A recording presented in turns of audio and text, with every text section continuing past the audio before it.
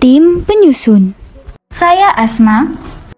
Saya Nida. Saya Teguh. Saya Vina. Saya Yuli. Dan saya Yola. Sebelumnya, kalian tahu gak sih apa itu kekerasan seksual?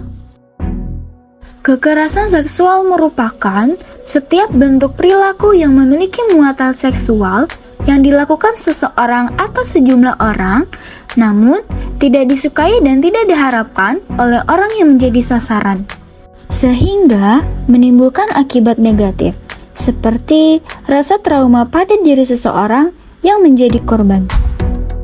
Lalu, apa saja unsur-unsur kekerasan seksual? Yang pertama, suatu perbuatan yang berhubungan dengan seksual. 2. Wujud perbuatan berupa fisik dan non-fisik. 3. Tidak ada kesukarelaan. 4. Pada umumnya, pelaku merupakan laki-laki dan korban perempuan. Namun, tidak menutup kemungkinan bahwa peristiwa ini akan terjadi sebaliknya.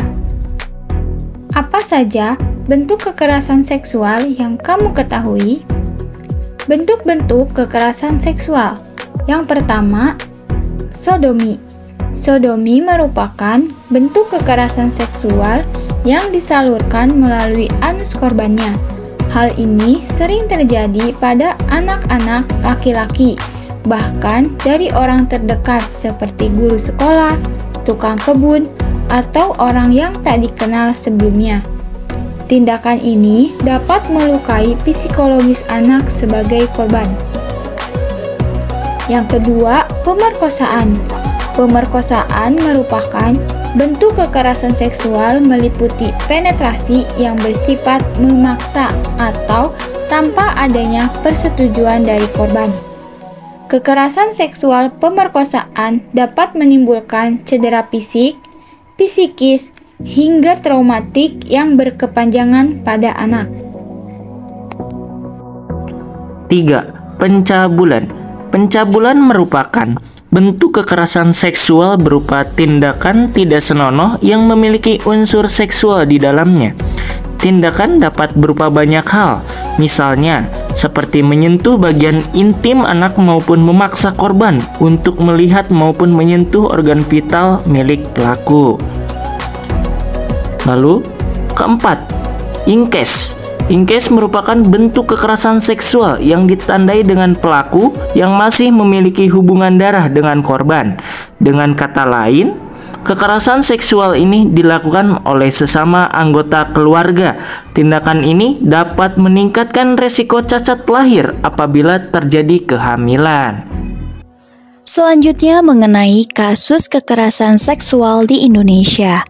Berdasarkan data dari Kementerian Pemberdayaan Perempuan dan Perlindungan Anak, selama tahun 2022 hingga 20 September 2022, pukul 12.00 waktu Indonesia Barat, terdapat 17.150 kasus kekerasan dengan jumlah korban perempuan sebanyak 15.759 orang dan korban laki-laki sebanyak 2.729 orang. Ironisnya, berbagai kekerasan terjadi pada anak, baik di ruang publik sekolah, bahkan di rumah yang seharusnya menjadi ruang yang sangat aman untuk mereka. Adapun contoh kasus kekerasan seksual di Indonesia telah terjadi di Batang, Jawa Tengah. Seorang guru SMP berinisial AM mencabuli dan melecehkan siswinya dengan modus pemilihan anggota OSIS. Berdasarkan olah TKP yang dilakukan, ditemukan 3 lokasi yang menjadi tempat kejadian, yakni di ruang OSIS, kelas, dan gudang musola sekolah.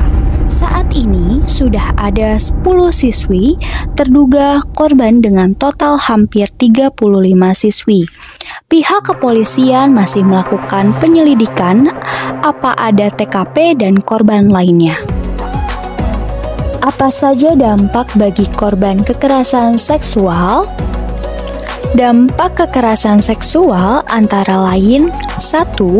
Gangguan psikologis, 2. Gangguan fungsi dan perkembangan otak, 3. Gangguan stres pasca trauma atau post traumatic stress disorder or PTSD. 4. Terjadinya penularan penyakit menular seksual atau PMS. Lalu, bagaimana penanganan kekerasan seksual? Penanganan kekerasan seksual yang pertama yaitu dengan pendampingan. Pendampingan korban kekerasan seksual dapat dilakukan melalui konseling, layanan kesehatan, bantuan hukum, advokasi, bimbingan sosial, dan rohani. Selanjutnya yaitu dengan perlindungan.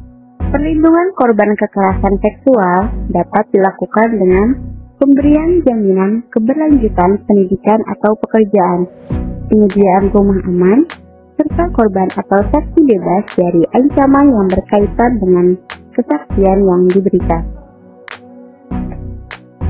Lalu selanjutnya mengenai penanganan kekerasan seksual, yang ketiga ada pengenaan sanksi. Nah, sanksi ini terdiri dari 3 golongan, yaitu ringan, sedang, dan berat. Bentuk sanksi yang dijatuhkan dilakukan secara proporsional dan berkeadilan sesuai rekomendasi satuan tugas. Setelah itu, sanksi yang diberikan tidak mengesampingkan peraturan lain.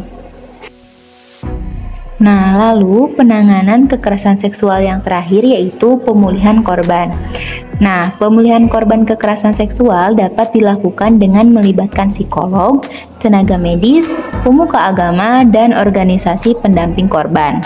Masa pemulihan ini tidak mengurangi hak pembelajaran ataupun kepegawaian. Wah, bagaimana nih videonya? Sangat bermanfaat bukan? Semoga kita dijauhkan dari hal-hal yang buruk. Ayo cegah dan lawan kekerasan seksual. Audio Jungle.